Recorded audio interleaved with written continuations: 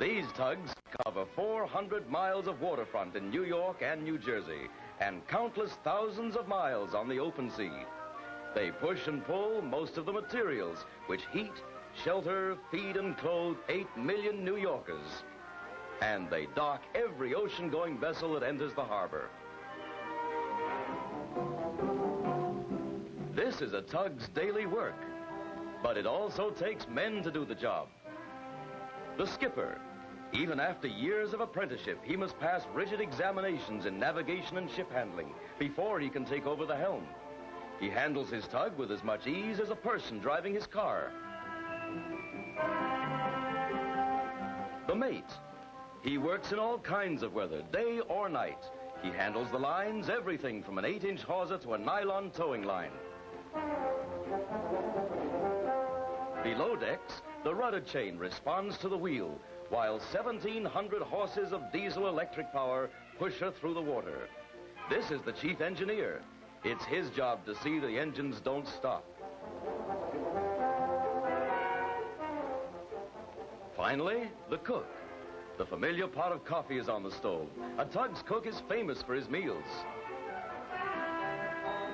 Not many men to control so much power, but all good men who have spent years learning their jobs, and they are ready at a moment's notice for any call.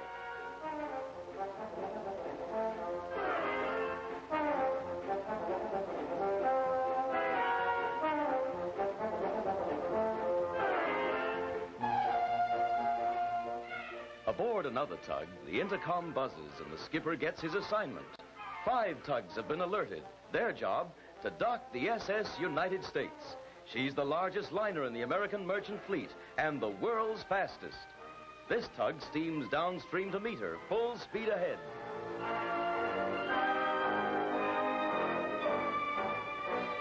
Down the river, the United States, barely visible through the early morning haze, awaits her escorts. According to the editors of the Book of Knowledge, she's 990 feet long, weighs 53,000 tons, and carries 2,000 passengers.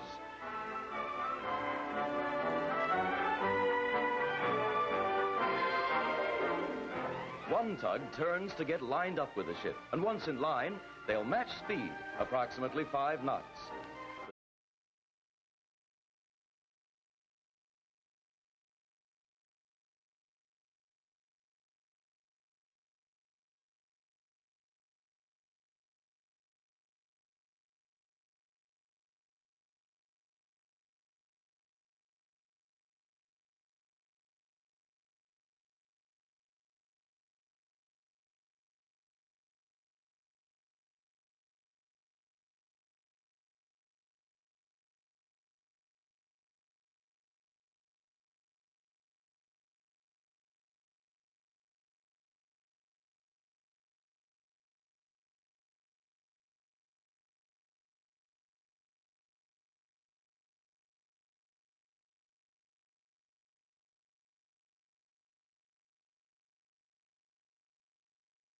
Cross-section of American commerce on the rails.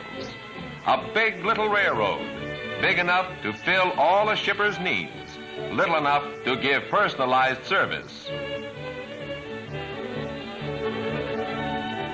One of the piers, located almost at the feet of the Statue of Liberty, is equipped with giant car dumpers. To this pier go the great tonnages of coal to be delivered by barge in the port of New York. And here's the very car of anthracite we saw start on its way from the colliery, now at journey's end.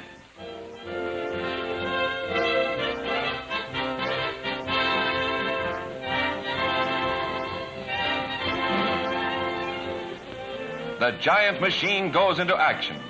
Lifting the heavily laden car as easily as a child's toy, high above the waiting barge.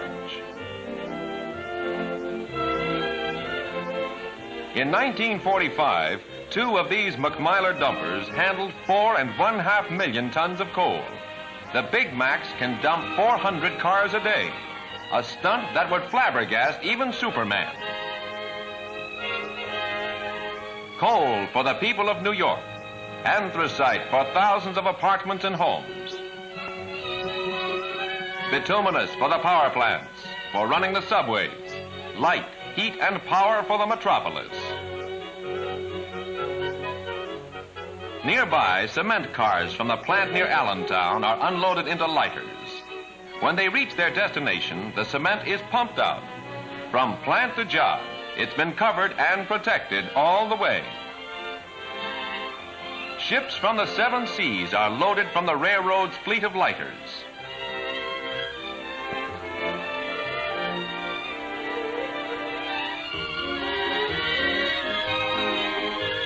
When freight is to be transferred to other rail lines in the port area, the cars are loaded onto car floats. To New Yorkers, the sight of strings of freight cars rolling across the waters is a familiar one, a constant reminder that railroad service does not end at the railhead. The Jersey Central provides service for an army of 35,000 passengers daily. 24,000 of them are commuters, most of whom use our fleet of ferries between New York and the depot in Jersey City. Twice a day, we handle peak loads. From this terminal, we operate nearly 300 trains daily. Some go through to Scranton, Harrisburg, and Philadelphia. But the big emphasis is on commuter traffic. During the summer season, traffic is heavy to the New Jersey seaside resorts. Tens of thousands on the busiest days.